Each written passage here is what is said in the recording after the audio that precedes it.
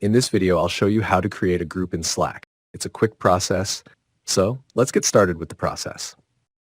Once you're inside the Slack dashboard, first, look over to the left side of your screen. Here you'll see a section called Direct Messages. Now, beside that section, you'll notice a small plus icon. Go ahead and click on it. Once you click it, a new message window will open on your screen.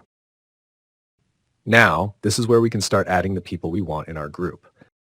In the field provided, simply type the names of the people you want to add.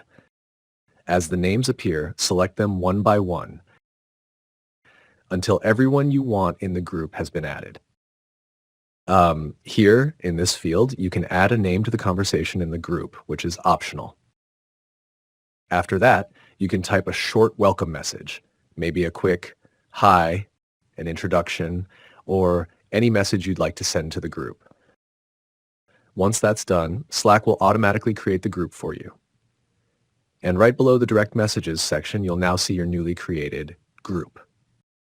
And that's it. As you can see, creating a group in Slack is simple, quick. That's it for this video. Like, comment, share the video, and subscribe for more video updates.